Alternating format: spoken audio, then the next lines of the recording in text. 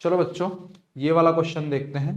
इस क्वेश्चन में let L be a line this and S be the set of all points of A B C on L whose distance from the line this along the line L is 7। Along the line L is 7। Then इनकी values पता करनी है। भाई क्या बोल रहा है फिर से समझ लेते हैं कि एल एक लाइन है, ये एल लाइन हो गई, ये एल एक लाइन है, ये एल लाइन हो गई। S be the set of all point A B C on L, ये ए बी सी पॉइंट जो है वो एल पे है।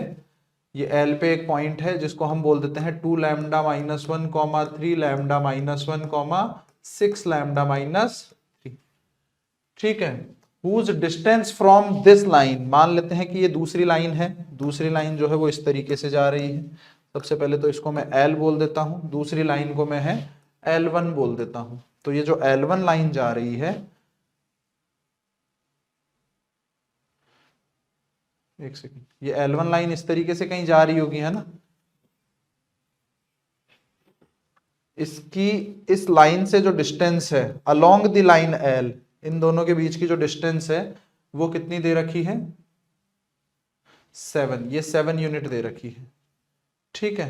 तो इस वाले पॉइंट को, ये तो पॉइंट ऑफ इंटरसेक्शन ही हो गया ना भाई इनका, तो इस पॉइंट ऑफ इंटरसेक्शन को हम निकाल लेते हैं।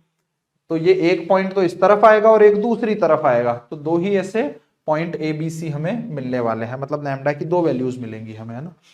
समझते हैं भाई कैसे सॉल्व करेंगे। तो इन दोनों लाइंस का पॉइंट ऑफ इंटरसेक्शन निकाल लेते हैं। पॉइंट ऑफ इंटरसेक्शन के लिए इसको K1 के इक्वल किया, इसको K2 के इक्वल किया, तो यहां से क्या मिलेगा हमें, 2K1 plus 1 sorry minus 1 is equal to 2K2 minus 1। And इधर से क्या मिलेगा, अच्छा ऐसे भी कर सकते थे कि z की वैल्यू तो जो है वो 9 होगी ही होगी भाई। इस लाइन पे तो कहीं पे भी जाए हम, z की वैल्यू 9 होगी ही होगी, है ना। तो z की वैल्यू अगर 9 है तो इसका मतलब है इस लाइन पे भी z जब 9 होगा तो z को 9 पुट कर दूं अगर मैं, तो 9 प्लस 3 12, तो 12 अपॉन 6 कितना आ जाएगा भाई, 2 आ जाएगा। इसका मतलब है K1 की वैल्यू तो 2 हो गई, तो यहां पे इसको 2 पुट करके पॉइंट ऑफ इंटरसेक्शन निकाल सकते हैं। x plus 1 upon 2 is equal to Y plus 1 upon 3 is equal to z। वैसे z तो पता ही है, z तो 9 है ही सही, है ना। इस वाले पॉइंट के लिए, इस वाले पॉइंट के लिए z तो 9 है ही सही। और इसको 2 के इक्वल करेंगे तो x कितना आ जाएगा, 4 माइनस 1 3 कॉमा y कितना आ जाएगा, 6 माइनस 1 5। ठीक है। अब बस इस पॉइंट की इस लाइन से डिस्टेंस निकाल लेते हैं, तो वो कितनी आ जाएगी, 2 लैम्डा माइनस 1 माइनस 3, तो 2 लैम्डा माइनस 4 का whole square plus 3 lambda minus 6 का whole square plus 6 lambda minus 12 का होल स्क्वायर, 6 लैम्डा माइनस 12 का whole square is equal to कितनी दे रखी है डिस्टेंस, 49, मतलब 7 का स्क्वायर। यहां से 2 कॉमन ले लूंगा, यहां से 3 कॉमन ले लूंगा, यहां से 6 कॉमन ले लूंगा, तो लैम्डा माइनस 2 का होल स्क्वायर, लैम्डा माइनस 2 का होल स्क्वायर, और यहां से भी लैम्डा माइनस 2 का होल स्क्वायर। तो यहां से 4 plus 9 plus 36 times lambda minus 2 का whole square is equal to 49। तो ये 49 से 49 कैंसिल हो गया, तो यहां से लैम्डा माइनस 2 जो है वो प्लस माइनस 1 आ गया।